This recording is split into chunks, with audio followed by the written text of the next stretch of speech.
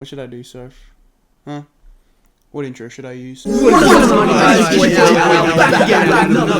Happy New Year, Merry Christmas, all of the above. It's fucking 2020. It's fucking crazy to think how fast time flies, you know what I'm saying? You know what I'm saying? But I thought that the 2010s had a lot of exceptional music that came out throughout the whole decade. Of course, it had its lows, which I shall not name, but also it had some of the highest of highs that I think all of music has had in general. Of course, I didn't hear everything that came out in the 2010s, so my opinion will be a lot less informed than someone such as, I don't know, Anthony Fantano, Dolan Dar, my brother Carlton. But I thought I would give you my top 5 albums of the decade, because why the fuck not? I will do honorable mentions before number 1, maybe to get the tension like going a little bit. Going, you know how you do the tension and everything, like with the tension. So without further ado, here are my top 5 albums of the decade. Let's go. Before this video gets started, make sure you like the video, subscribe, also comment what your favorite parties. Go do that in the comments right now. And please, please, please subscribe. We're so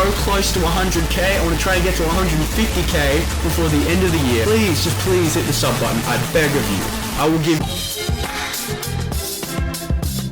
And at number 5, we have Frank Ocean's 2016 album, Blonde! Hell yeah! A lot of you might be surprised at how low this is. Number 5, Frank Ocean, Blonde? It is so celebrated within the indie community, the rap community, the community. Just in general, it's such a celebrated album, and for good reason. 17 tracks, gut-wrenching, soul-crushing, tear-jerking, vibes! Pure vibes! In Blonde, Frank just gets it. I had a conversation with a friend a while ago about how Channel Orange, Frank seemed to be trying his hardest to make it in the industry, but it seems that on Blonde, Frank just doesn't even try, and it's gold. The words that come out of Frank's mouth seem to be so simple, yet so moving, and the same can be said for all the instrumentals heard throughout. On tracks such as Solo, or Skyline 2, or Godspeed, and even parts of White Ferrari, you can hear the minimal aesthetic that Frank uses, where it seems to be just him and a synth, or him and some guitar, or him and some really reverbed, washed out piano. And all of those ways it works. It's so emotionally potent, it's beautiful, it makes me cry from start to finish, and you just have to hand it to Frank and all of the people that worked on it for creating such a celebrated album, and rightly so. This album should be celebrated, and it's only number 5. And here is number 4. I know a lot of you will be surprised, but just bear with me, okay? That is right. That is right.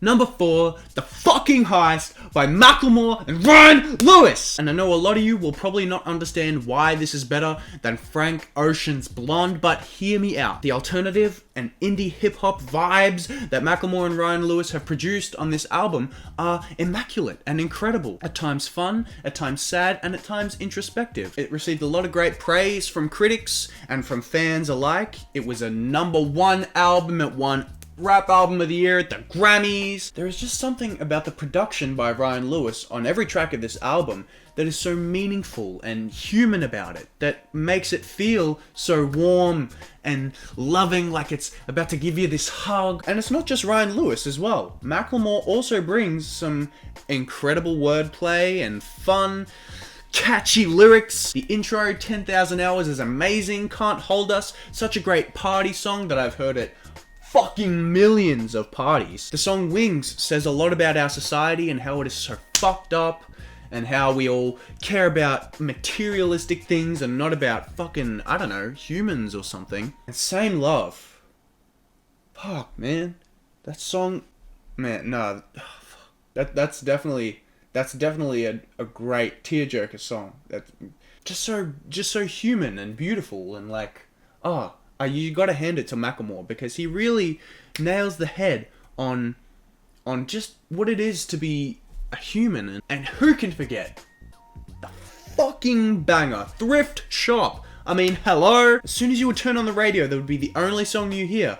But for good reason, because it's so fucking good! And I know I just named all the singles, but they're all so good and so worthy. Every other song in this album is amazing too. White Walls with Schoolboy Q, and Gold, and Cowboy Boots. Oh, they're all just top A1 song. Thank you, Macklemore and Ryan Lewis, for making such an incredible album that means so much to me. Hi. You recording? Yeah, I am. Yeah. I just wanted to make sure you have the dog. Yeah, she's here. And I know you're probably thinking right now, Al, what could possibly be better than The Heist by Macklemore and Ryan Lewis? Well, here it is, number 3. Yes, number 3 is 10 by Susan Boyle. Let's fucking go! 2019 compilation album released in about May, I believe. It might have been June. Released on the Sony Music and Columbia labels, featuring the best of the best songs that Susan Boyle has ever covered in her career, such as Stand By Me, The Benny King, plus 500 Miles, I Dreamed a Dream, Amazing Grace, Amazing Goddamn Grace, Cry Me a River, Hallelujah, Over the Fucking Rainbow, are you serious? And just the way that Susan Boyle captures the beauty of each and every one of these covers and songs, it's as if all these songs were written for Susan Boyle, that were made just for her, almost as if she herself wrote these songs and released to the public for the whole world to enjoy and bask in its greatness. And all I have to say is thank you, Steve Anderson and Cliff Masterson, for producing this album, because it is so well produced. It is as if the orchestra is It is as if the orchestra is playing right next to me when I'm wearing my headphones. The one quarrel I have with this album is that You Raise Me Up was not the last song in the track listing. I thought that would have been the perfect ending to such an amazing run of songs, which is pretty much all the songs anyway. But other than that, I think the whole album is damn near flawless. There is not a moment on this album where I'm ever yawning or wanting to skip to the next song, because every song in itself is so beautiful, and just as soon as Susan starts singing, you can just feel it. You can just feel it. It's like the butterflies just start to come alive all inside your stomach. It's like, I love Susan Boyle. Oh my god. It is beautiful. And if you have not checked it out, please do check it out, because you will not be disappointed. Okay, that was number 3. Here is number 2!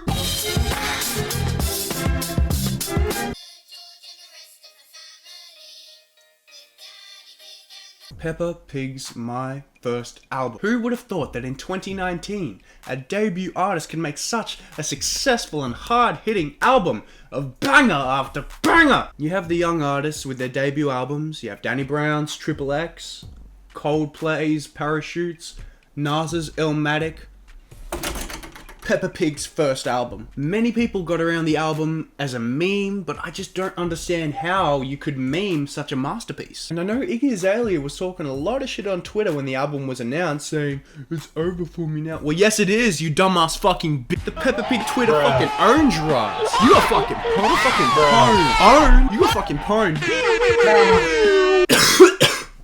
Just the way that some of the songs on this album are produced, such as Bing Bong Zoo, Rainbow Rainbow, Peppa's Party Time, all just goddamn bangers. And although Peppa's not such a big artist at the moment, she did get some placings on some charts, the UK and the Irish charts. And at well over 35 minutes, almost 40 minutes, this album is a non-stop ride from start to finish that you will absolutely love and will never regret for the rest of your life. As soon as you turn it on, you will just be enthralled and be ready to take this roller coaster ride of emotions that Peppa gives you. Thank you to Paul, Claire and Julian for the amazing production. You will hear a lot of piano and glockenspiels all over the album that tinker away and like just tickle your fancy. And I know a lot of the songs you would have already heard on the TV show Peppa Pig, made for kids obviously, but adults can also watch it. It's not like there's a restriction on the TV telling you to stop watching it or something. I think it's really wrong to be discriminative towards people that want to listen to this album, because I don't understand what it is. Apparently you have to be younger to appreciate this album,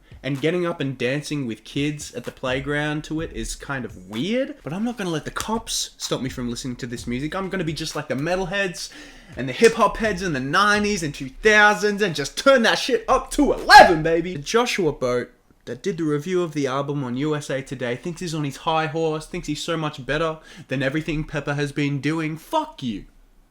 What the fuck is wrong with you? When you said it was a little too quaint and a little too old-fashioned for these modern times. Shut the fuck. Do you know how you sound right now? Shut the fuck up. You sound like a boomer from the 60s who's always telling kids to go outside, get off your phones. That's exactly how you sound right now. saying that kids can dance to rap songs and become memes. That's fucking racist. That's so stupid. I don't know how any human could have that thought process. Yes, it's educational. Yes, people from all generations can appreciate it. But don't you ever fucking say that it is not memorable. This shit, as soon as I turned it on, I just knew that I would remember this for the rest of my life. And I'm so thankful that it was an album that came out in this decade. Moral of the story is thank you Peppa Pig for such a great album. It is number 2. Fuck you, Joshua Boat. And I guess we'll move on to the honorable mentions. So I have 5 honorable mentions that I think you guys will all appreciate in no particular order. Just 5 great albums of this decade. We have Room 25, an amazing album from Noname that came out in 2018. We have Ninja Sex Party's Not Safe for Work, or NSFW, which is fucking hilarious. Go listen to that. Also in my honorable mentions, I have Godspeed You Black Emperors, Lift Your Skinny Fists to Heaven. And not forget Logic Supermarket that came out in 2019. The book and album tie-in that worked flawlessly together. And my last honorable mention is Tears for Fears, Everybody Wants to Rule the World. And here it is, number 1. What could it possibly be?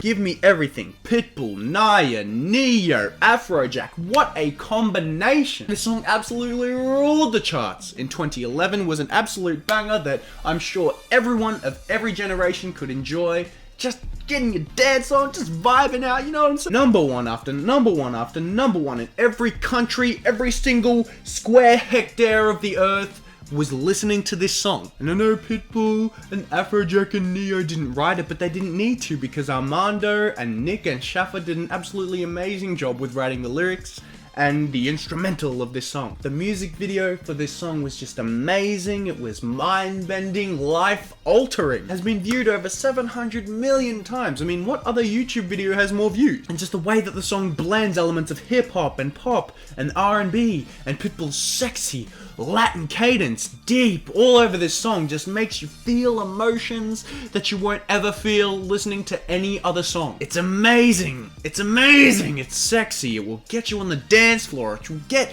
your fucking and it is so worthy of being one of the most successful singles released of all time. Not just in the 2010s, of all time. I just can't sing its praises enough, man. It's so well produced. It is so thoughtful, heart-tearing, written so well. Thank you, Pitbull. My god. And just some of the lyrics. I mean, just listen to this. Me not working hard?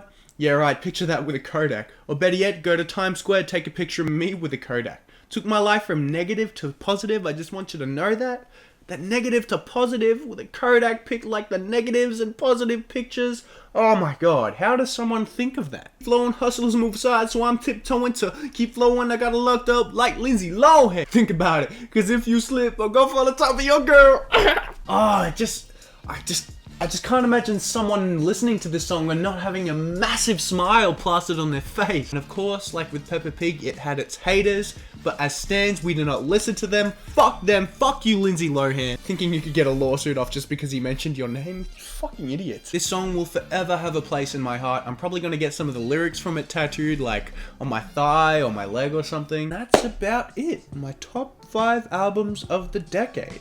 I know I rambled on for a little bit. Thank you so much to the artists of the decade for creating some amazing music that will forever be played in radios and on iPods, iPhones, iPads. Very excited to see what this decade has in store. I hope it has a lot more Give Me Everythings. And thank you guys so much for watching this video. Make sure you leave a like and comment and subscribe. Comment to me what your favorite bit was in the comment. Make sure you hit the bell. Want to join my free gift card giveaway? Subscribe to my channel, like the video, turn notifications on, and finally, tell me in the comments section that you subscribe.